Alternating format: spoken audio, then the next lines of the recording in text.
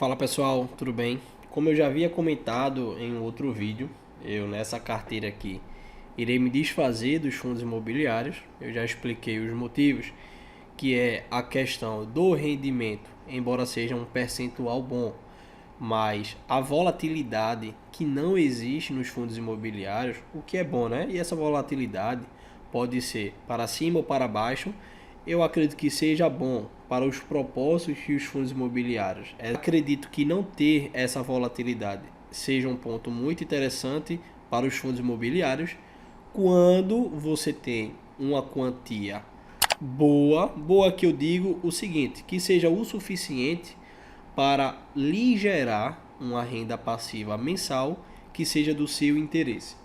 Essa conta aqui, uma das contas que a gente apresenta no canal, o patrimônio ainda não é suficiente para que os fundos imobiliários gerem uma renda passiva por mês satisfatória. Por isso, eu vou focar em ativos, em ações de empresas que possam me gerar um retorno maior a médio prazo ou até em curto prazo. Embora esse não seja o meu objetivo, tá? No fim das contas, eu vou estar aportando em empresas que eu sei que me geram dividendos. Por exemplo, um desses casos também de empresas que eu vou retirar da carteira é a ISA-CETEP. Não que seja uma má empresa, não que seja uma empresa que não dê resultados. A ISA-CETEP dá sim bons resultados, mas no momento a empresa não está tão focada na distribuição de dividendos. Embora agora no mês de dezembro, saiu a notícia em novembro, de que agora no mês de dezembro a empresa iria se pronunciar sobre os dividendos. Mas para falar bem a verdade, eu não vou ficar esperando boas notícias a respeito da Transmissão Paulista, não vou ficar esperando dividendos ótimos, e por isso eu vou tentar me desfazer da empresa no momento. Deixa eu atualizar a página que eu vou mostrar para você aqui exatamente como que está essa relação.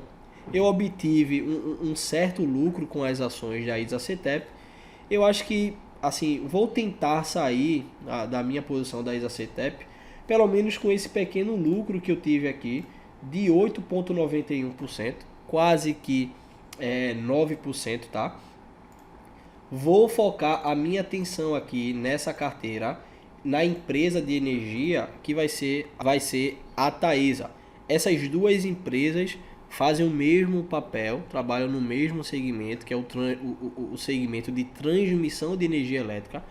Eu tenho uma afinidade maior com a Taesa, tá? Eu poderia não estar aportando mais na Taesa, e o que de fato é o que vai estar acontecendo. Eu vou deixar as minhas posições aqui, a quantidade de ações que eu tenho na Taesa. Não irei imediatamente aportar, mas eu vou me desfazer do valor investido que eu tenho na Transmissão Paulista e tentar alocar em outro lugar.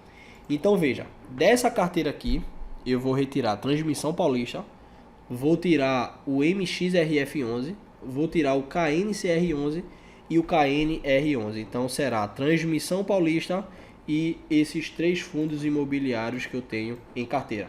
E você pode perguntar, tá, Rafael, e agora o que é que você vai estar investindo esse valor? O meu desejo era investir todo esse valor no Banco do Brasil ou na Caixa Seguridade. Só que o Banco do Brasil deu essa disparada, certo? Chegou a R$ 54,53. Acredito que há uma semana ou há 2 semanas atrás, acho que 2 semanas atrás, a gente estava falando sobre o Banco do Brasil abaixo da casa dos R$ 50. Tava algo em torno dos R$ 48. Então, foi mais ou menos de R$ 6 a R$ 7 a mais que o Banco do Brasil subiu. Então, no momento, certo, eu não vou aportar. Espero que o banco suba mais. O Banco do Brasil, de fato, vai subir mais o seu valor de mercado, certo? Mas eu acredito que possa dar uma baixada aí nesse preço e consequentemente, né, eu também vou baixar o preço médio, pelo menos com relação a essa cotação aqui, tá? Eu não sei se eu vou conseguir comprar as ações do Banco do Brasil a esse preço aqui que eu comprei, ó, que foi o valor de aquisição, eu comprei a R$ 44,59. O banco aí já gerou R$ 10 a mais nas cotações atuais, tá? Não sei se isso vai se repetir essa casa dos R$ 44, mas se chegar ali na casa dos 50, eu vou estar aportando porque para mim ainda faz sentido. Então vamos lá na prática, né? Eu vou colocar para vender os fundos imobiliários e a transmissão paulista. O dinheiro, infelizmente, ele vai ficar na conta parado, certo? Mas paciência. Assim que surgir uma boa oportunidade, eu vou estar comprando. Uma outra ação que eu gostaria de incluir na carteira, na verdade eu ia fazer uma permuta, que eu até falei aqui já em outro vídeo. Seria trocar Sanepar por Copasa. Mas aí o destino às vezes é tão ingrato, digamos assim, que eu falei sobre a Copasa semana passada, a questão da federalização. O preço da Copasa deu uma diminuída, mas veja só, já está numa crescente aqui de novo.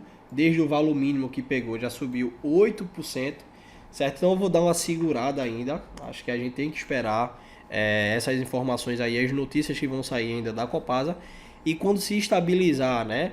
Tiver algo bem definido, que não ficar com rumores acerca da Copasa, aí sim eu penso se troco o Sanepar de fato ou não pela Copasa. O meu desejo era ter feito isso.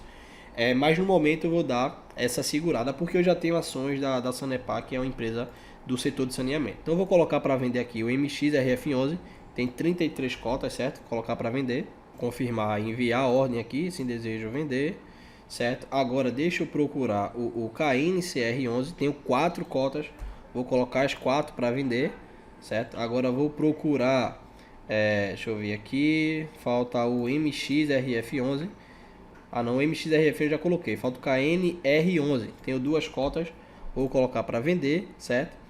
Agora também a transmissão paulista, TRPL4F, eu tenho 16 unidades, vou colocar as 16 para vender, certo? Pronto, foi vendido. Vamos ver como é que está a situação aqui agora, certo? Essa é a situação atual da carteira. Uma outra empresa que eu posso estar me desfazendo nos próximos dias é o Banco Banrisul. Caso apareça uma boa oportunidade do Banco do Brasil, irei fazer essa permuta aqui, tá? Tava até olhando aqui, que eu tinha deixado salvo. Poderia facilmente, no momento que tá, fazer essa troca do Banco Banrisul para o Banco do Brasil, justamente por conta mais ou menos do percentual, né? O Banco do Brasil, eu tive um percentual de ganho no valor da cota menor do que o Banco Banrisul. Então poderia até acontecer isso, tá? Porque eu não sairia no prejuízo. Eu tive tanto lucro no Banco Banrisul quanto no Banco do Brasil. Mas eu vou esperar um pouquinho, tá? Saiu o resultado esses dias do Banco do Brasil. Vamos ver se dá uma baixada no valor na cotação do Banco do Brasil. E aí possivelmente eu vou fazer essa permuta do Banco Banrisul pelo Banco do Brasil. E nesse momento a gente fica com o Banco do Brasil, Banco Banrisul, Caixa Seguridade, Klabin, Sanepar, Taesa, e ainda ficaram 33 cotas aqui do MXRF11. E eu esqueci, na verdade, de colocar para vender o MXRF11. Vamos lá colocar. Acho que tinha colocado, mas a cabeça tá transtornada. Eu tinha colocado porque eu achei que fosse a primeira. Então tem 33 unidades. Vou colocar as 33 para vender. Aqui tá em venda. Colocar as 33 para vender. Pronto, coloquei para vender as cotas do MXRF11. Pronto, restaram só as cotas agora que é o MXRF12, foi aquela questão da subscrição. Depois vou ver isso daqui. Mas a gente ficou com Sanepar, Klabin, Caixa Seguridade, Banco Banrisul e Banco do Brasil. Sem falar que agora a gente tem um total projetado de R$ 1.500, que a gente vai estar realocando agora, numa quantidade menor de ações, que tem um potencial maior para crescer. Repito, no momento, os fundos imobiliários não são interessantes para essa carteira.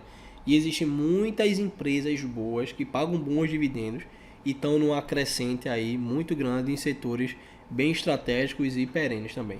Comenta aqui embaixo o que é que você achou, se essa minha estratégia está boa ou não, se você faria ou não, ou se você tem alguma dica aí para incrementar e nos ajudar aqui a impulsionar e otimizar os ganhos dessa carteira, tá certo? Então até mais, vou ficar por aqui, um abraço e tamo junto.